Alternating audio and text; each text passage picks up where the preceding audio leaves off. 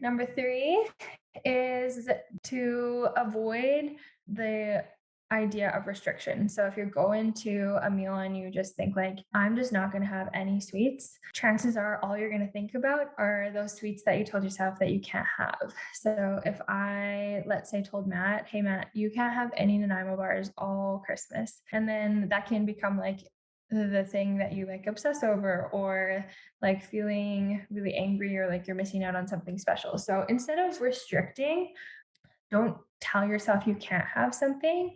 Just set yourself up for success by saying, like, I'm going to enjoy a little bit of everything.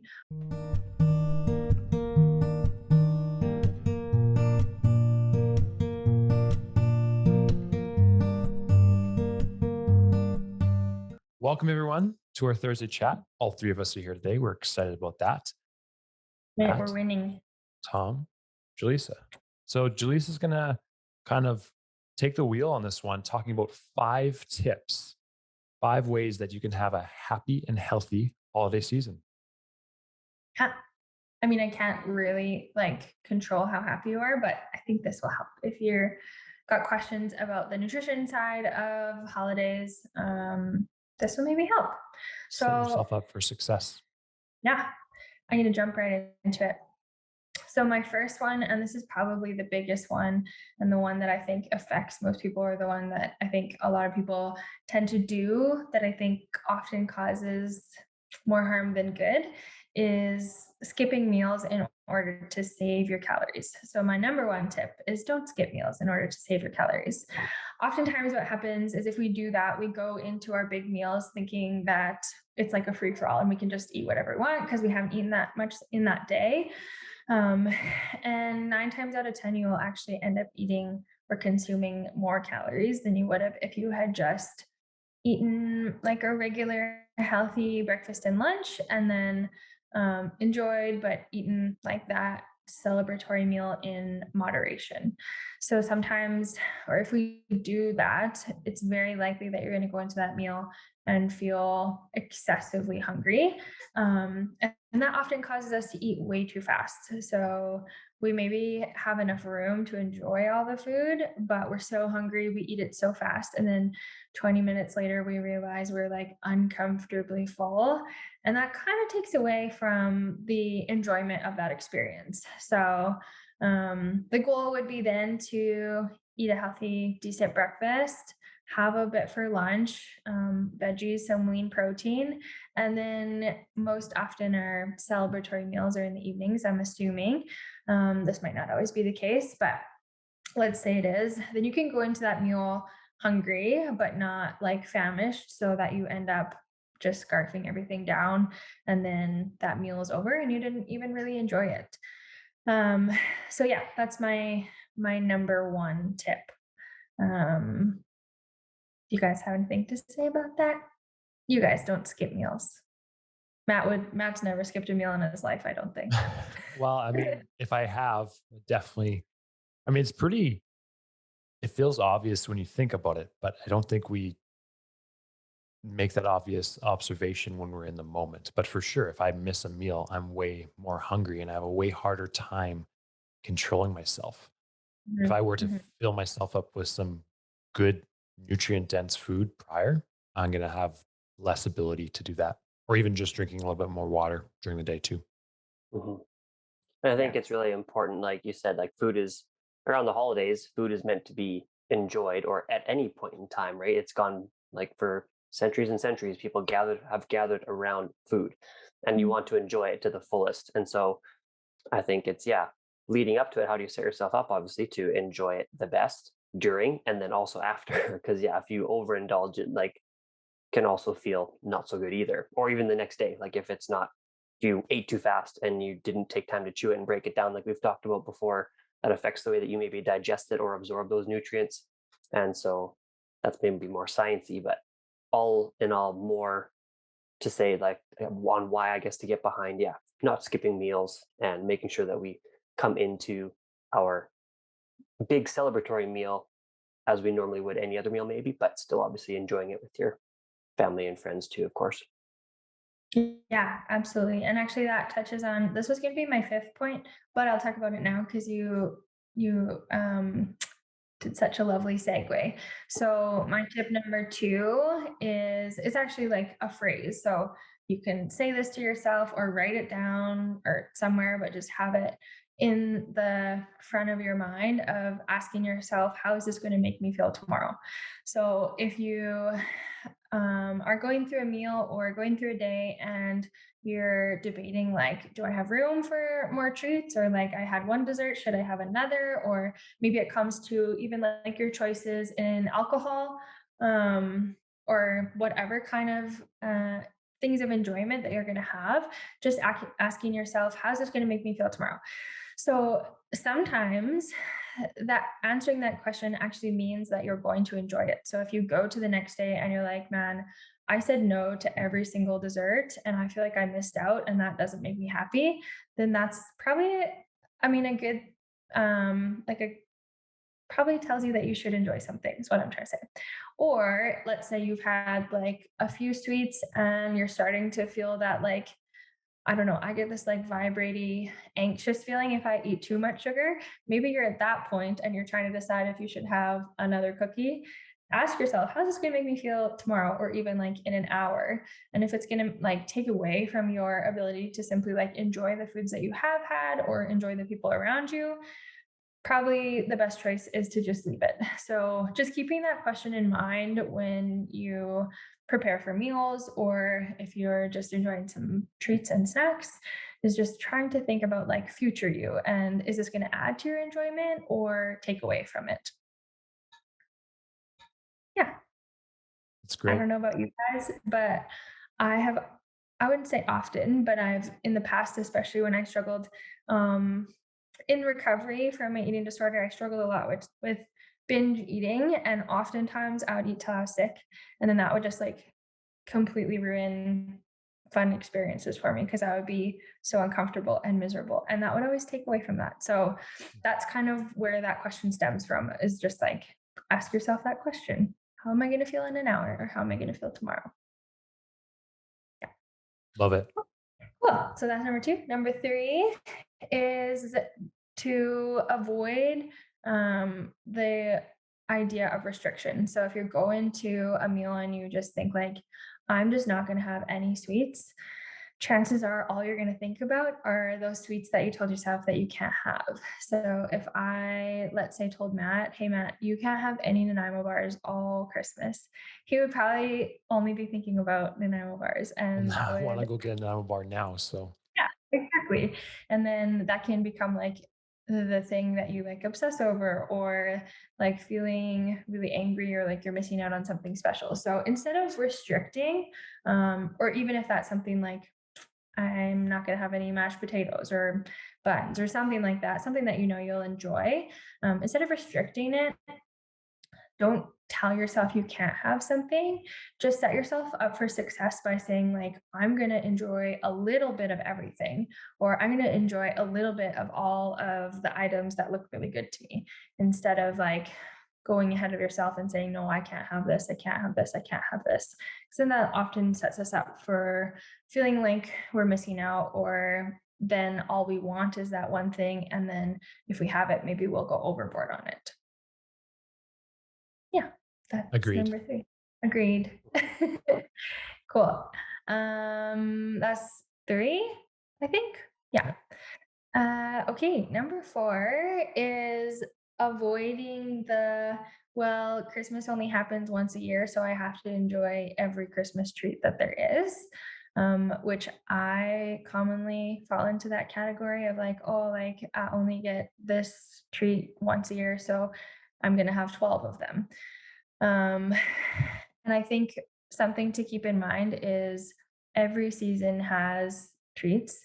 And so Christmas is going to be over, but in 2 months from now, it's going to be Valentine's. And then you're going to have Valentine's treats. And then it's going to be Easter. And it's going to be summer. And if you just continue to tell yourself, like, I can only have this once a year, so I'm going to have all of it, that can kind of translate into all holidays. So again, pick your favorites.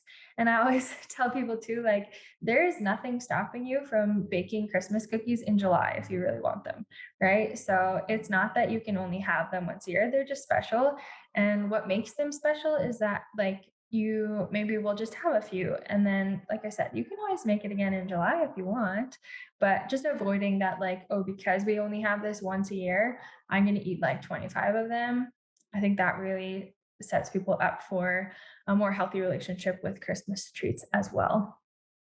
Um, yeah. Do you guys have anything to say about that? Well, I didn't even really think about that. I mean, obviously you can make Christmas cookies in summer, but it's like kind of, oh yeah, it's Yeah. very, very true. Like, no, you can't. You can't do it. Yeah. And I mean, actually, I was talking to the client about this morning, and we were kind of going through like how she felt about Christmas and treats and all that kind of stuff. And we were talking about this exact same thing. And I said, like, of course, there's going to be things that come up in Christmas that you can't get in July. So, like, let's say, for instance, like eggnog, you're only going to get eggnog once a year. So, if that's something you love, like, choose that as one of your treats or as one of your, like, I call them snacks or treats of enjoyment.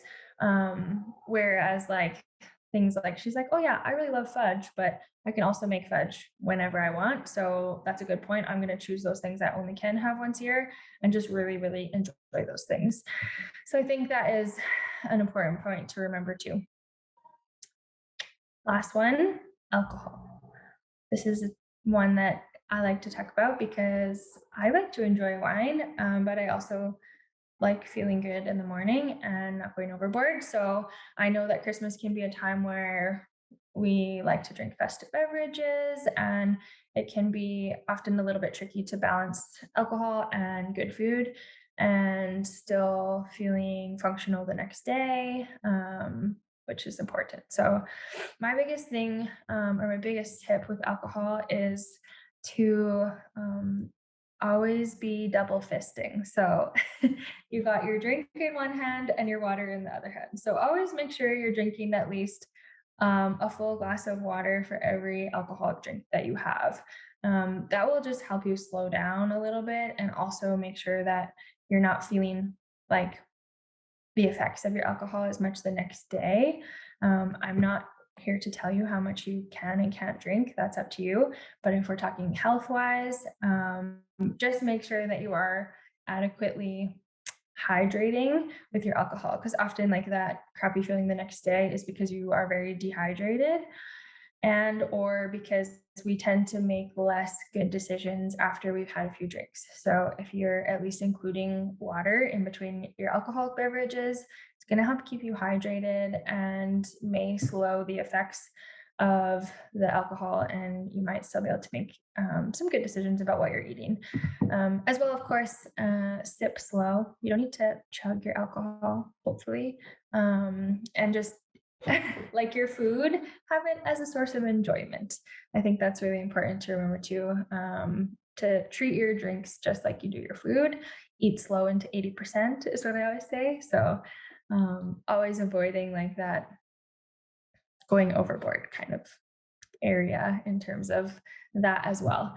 Um, Obviously, there's going to be some drinks that are more uh, calorie dense, I guess you could say, if you're having like 10 eggnog and rum. Is that a thing? I hate eggnog, so I don't even know. Do you I put think rum in so. eggnog? Okay. So that's obviously going to be a little bit more heavy and calorie dense than, say, um, red wine or like Gin and tonic or something. yeah, something like that. So if you're concerned about that, obviously just be mindful of what you're consuming with your drinks, and enjoy them slowly. And those are my 5 tips. Do you guys have And anything to add?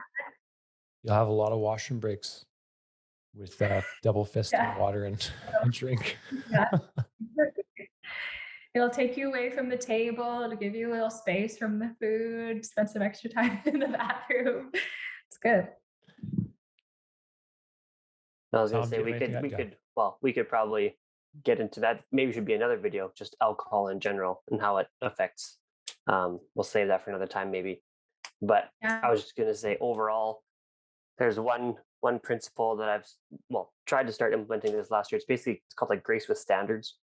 So like I think it's really important to give ourselves some grace, and this is something that obviously I'm still working on too. But like in other aspects of our lives, I know I can beat myself up very easily for things that either I miss or I don't do or whatnot. But have some grace with yourself over the holidays as well. Like if you think you mess up a little bit, like it's probably not going to be the end of the world. Like quite often we have how many celebratory meals? Maybe two or three, like kind of at the most, right? And so if you go a little bit overboard, like it's not going to mess up the whole rest of your year, sort of thing.